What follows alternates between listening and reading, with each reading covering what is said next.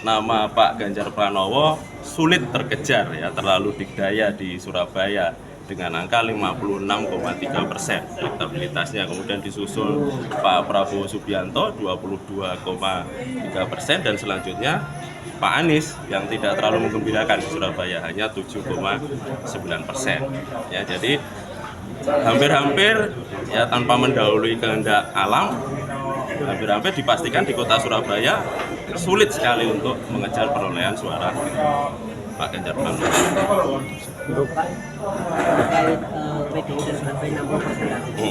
Ada kenyataannya kan sebagian besar suara partai itu kan disumbang oleh suara caleg. Jadi juga tadi di paparan juga disebutkan bahwa pemilih itu lebih suka memilih atau mencoblos gambar caleg daripada gambar partai. Jadi semakin banyak suara yang dipilih oleh caleg, otomatis akan terakumulasi sebagai suara partai sehingga suara partai juga tinggi. Dan kita ketahui sejauh ini memang caleg-caleg PDI bekerjanya sangat sangat luar biasa ya dari bahkan sejak setahun yang lalu, sehingga ya, tidak heran suara PDIP demikian tinggi di Surabaya. Ya. Tapi belum bisa masuk 4 besar atau 2 besar. Ya, secara objektif nama Pak Fauzi baru elektabilitasnya kalau saya nggak salah sekitar 1, sekian 1,4 kalau saya nggak salah.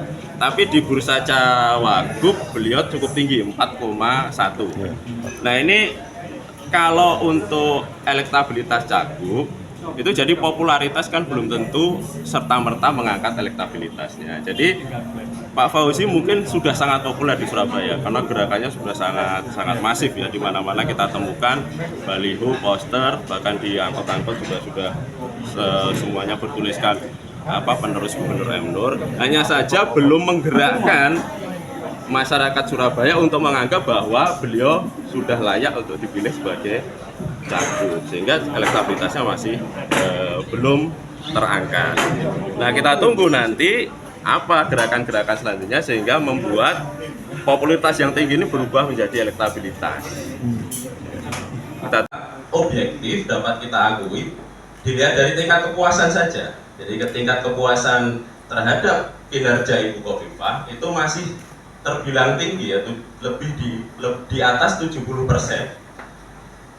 Untuk ukuran angka kepuasan di atas 70% itu masih tergolong sangat tinggi, sehingga ini terlepas dari konteks beliau dari atau berasal dari partai apa, tapi masyarakat menilai bahwa yang dilakukan Ibu Khofifah terhadap warga Surabaya itu memuaskan mereka atau dianggap baik atau dapat menyelesaikan masalah-masalah real yang dihadapi warga Surabaya ya pada khususnya, dan Jawa Timur pada umumnya karena beliau adalah Gubernur Jawa Timur.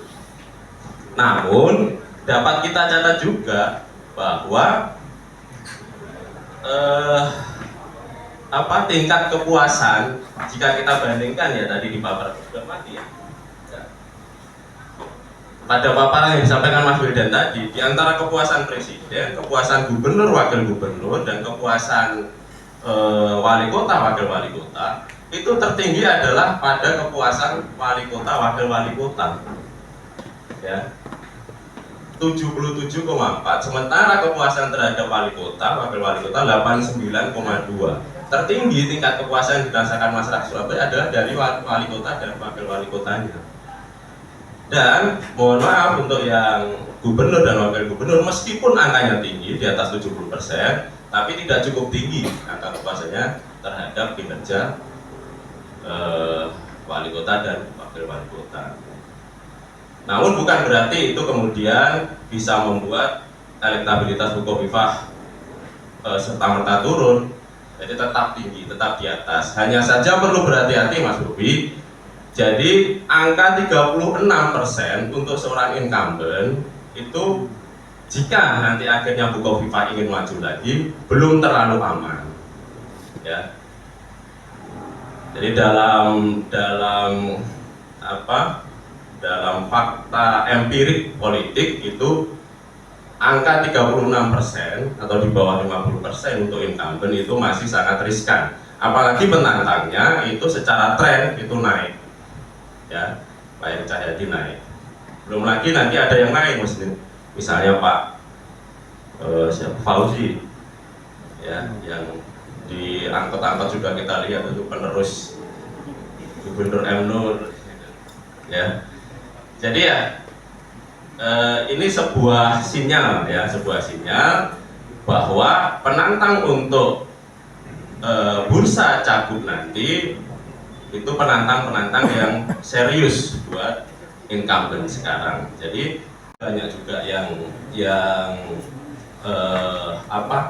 ingin mengangkat masalah politik dalam konten yang ringan, dalam bentuk konten komedi. Itu juga yang salah satu yang kita teliti juga, ya. Jadi secara spesifik pertanyaan itu konten politik, ya, apakah itu lagu, apakah itu komedi situasi, apakah itu talk show, apakah itu podcast, itu yang bernuansa politik, ya. Demikian. Memasukkan pertanyaan ini adalah untuk meng-cross step, ya, untuk meng-cross step dengan pertanyaan yang lain. Nah, untuk lebih spesifik memang kita batasi bahwa video pendek itu yang berdurasi, kalau di reels itu kan 1 hingga 2 menit, ya.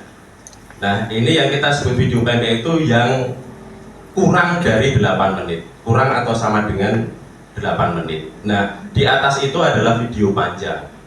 Nah, ini durasi ini biasa disepakati di kalangan peneliti, ya, peneliti media sosial. Dari video pendek itu yang paling lama 8 menit, Mas. Nah, konten apa? Ya karena ini konteksnya adalah konteks riset politik atau survei politik, yang kita tanyakan adalah tayangan-tayangan politik, ya, konten politik dalam video pendek tersebut. Apakah mempengaruhi perilaku pemilih terhadap preferensi politik mereka?